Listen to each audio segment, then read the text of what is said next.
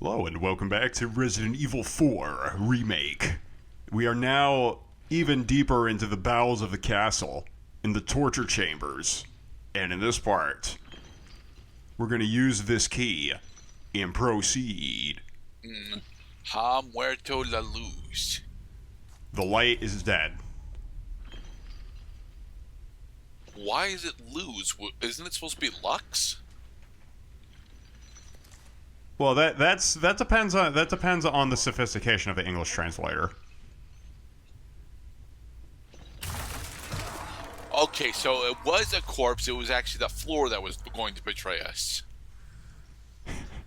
That was honestly a good jump scare for me. That was a red herring. That is a sightless enemy. Previously known as a Garrador, but they decided to drop the term Garrador because nobody knows what Garrador means. Isn't it sightless blade? No, he's just called sightless enemy. Oh, okay. There are two kinds of sightless enemies in this game. They are the Garrador. Wouldn't it actually be sightless blade? No, because Garrador is an amalgamation of the verb garar, when I don't know what the verb garar means. Ah. Yeah, you gotta take care about is making very noises fast. around blind enemies. Well, unfortunately for him, we need that shotgun ammo. Does picking up items generate sound? Picking up items does not cause sounds. Okay. That is a good question, though. Running around causes sounds. Hitting objects in the environment that break causes sounds. Ringing bells causes sounds. So, in this game, you actually do have a genuine stealth feature. In Resident Evil 4 Classic, you can sneak around Garradors just by not running.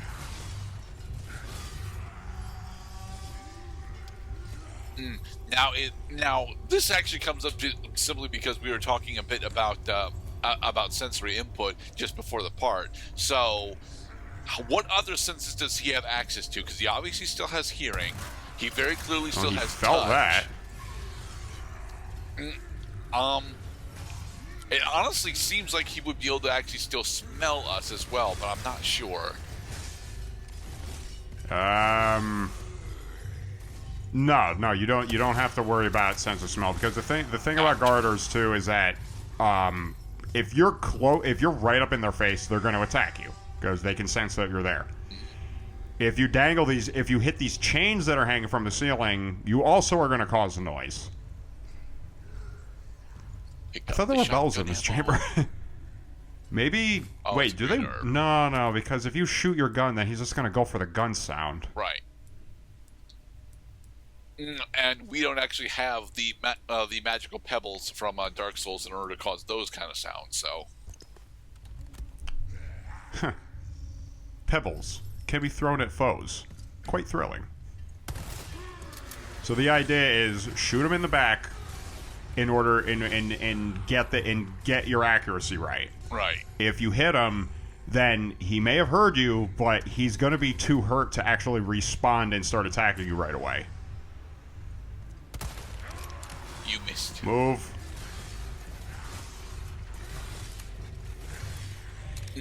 He's running out of walls to blow up, Mr. Cloud.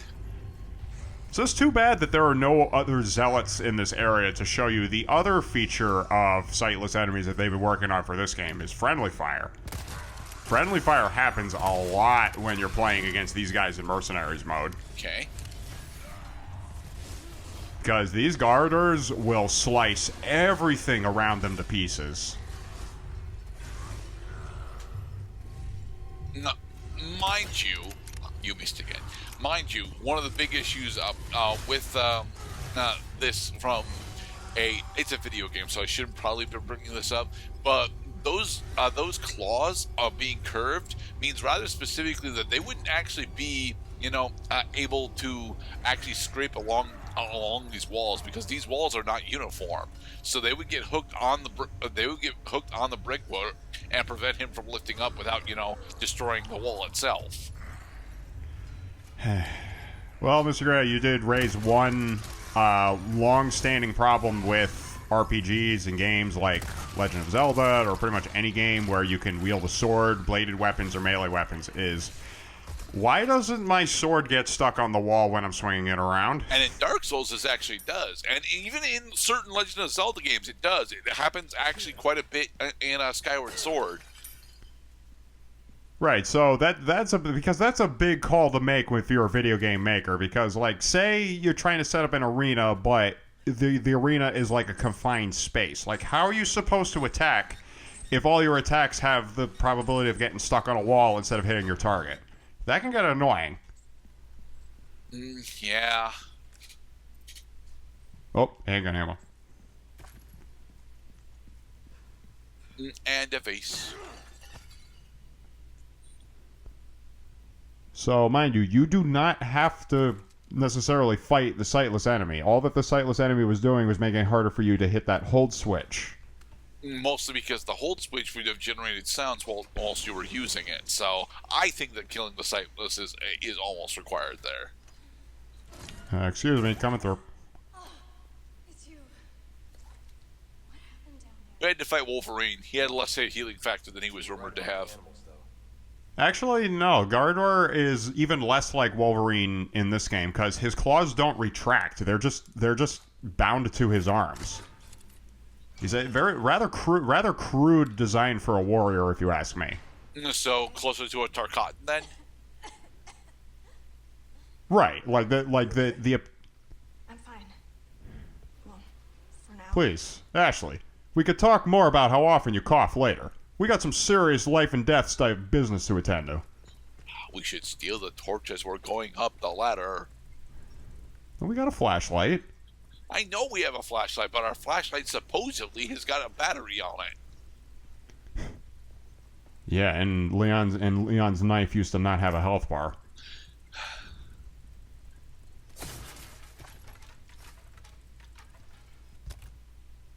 Hey, another full heal.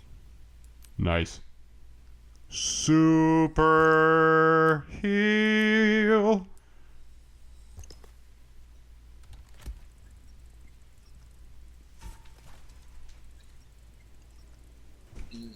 We can't pick up the bottle and throw it at the ceiling. Ashley, could you excuse me for a second? I have to get my map. Because it's a Salazar pedestal.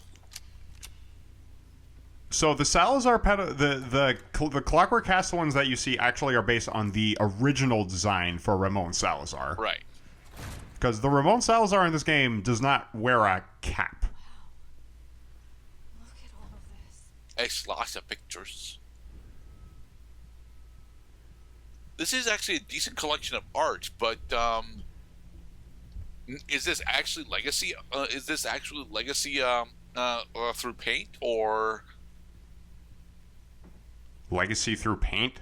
as in keeping track of a bloodline through artwork? Oh, of course.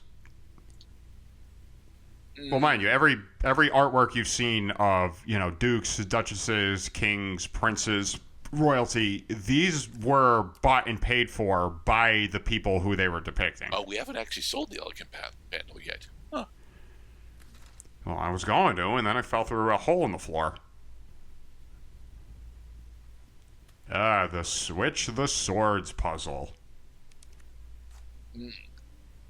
So we specifically need to use the golden sword in order to knight someone.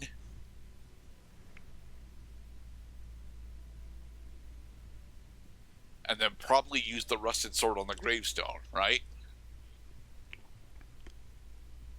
Well, the swords definitely have to go to the right sheaths, if you know what I mean.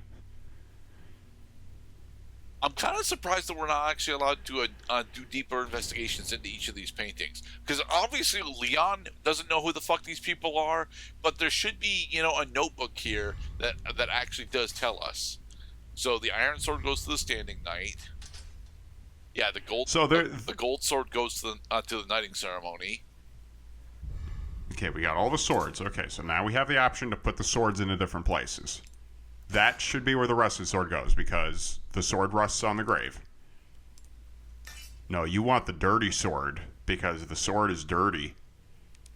The knight royalty and that's the iron sword. So you need the bloody sword now. But we haven't seen the blood. We haven't actually acquired the bloody sword yet. Exactly, which means we have more puzzle solving to attend to. There are cross prompts to access like journals and files. So files are different than puzzle clues, because anytime you see one of these X prompts, it's either trying to help you solve a puzzle or it's trying to tell you more about the world. Which is why you're not going to see a cross prompt on every little, painting and object in the game, because these things do not necessarily add things that the player cannot ascertain just by laying eyes on them. Just like these paintings, like we know we're in a rich guy's castle. Rich guy's got lots of fancy artwork that he probably paid a pretty penny for. But if they're not helping us solve a puzzle, like for example, if there's no like tiny little key that's hidden on the painting, like you find in the flaming horse gateway that you see in the classic castle, then it's not going to help you. It's not important, so don't bother looking at it. So we ring the bell. This, however, which the bell did what? It lit one of the flames. Okay, it lit the moose. Okay, so the moose corresponds to the moose. Ring those gongs by shooting them. Oh my God, Ashley, that may be the most okay. useful thing you've said all game so far. Thanks, Ashley. All right, that was the moose, though. I need a snake, and I need a bird. Okay, the cow goes. Yeah, I'm not seeing the moose. The chicken though. goes. The dog goes. The pig goes. Yeah, we're specifically missing. Okay, there's where the moose is. So we're missing. So we're missing the bird.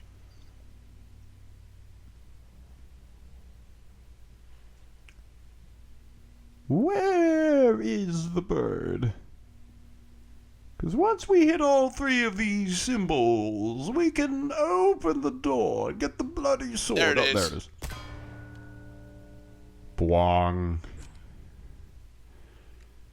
Okay, now shoot the... Okay, sure. Hit the moose. Yep. And Quickly then the now. snake. You only have so much time. Need glasses or something? Yay!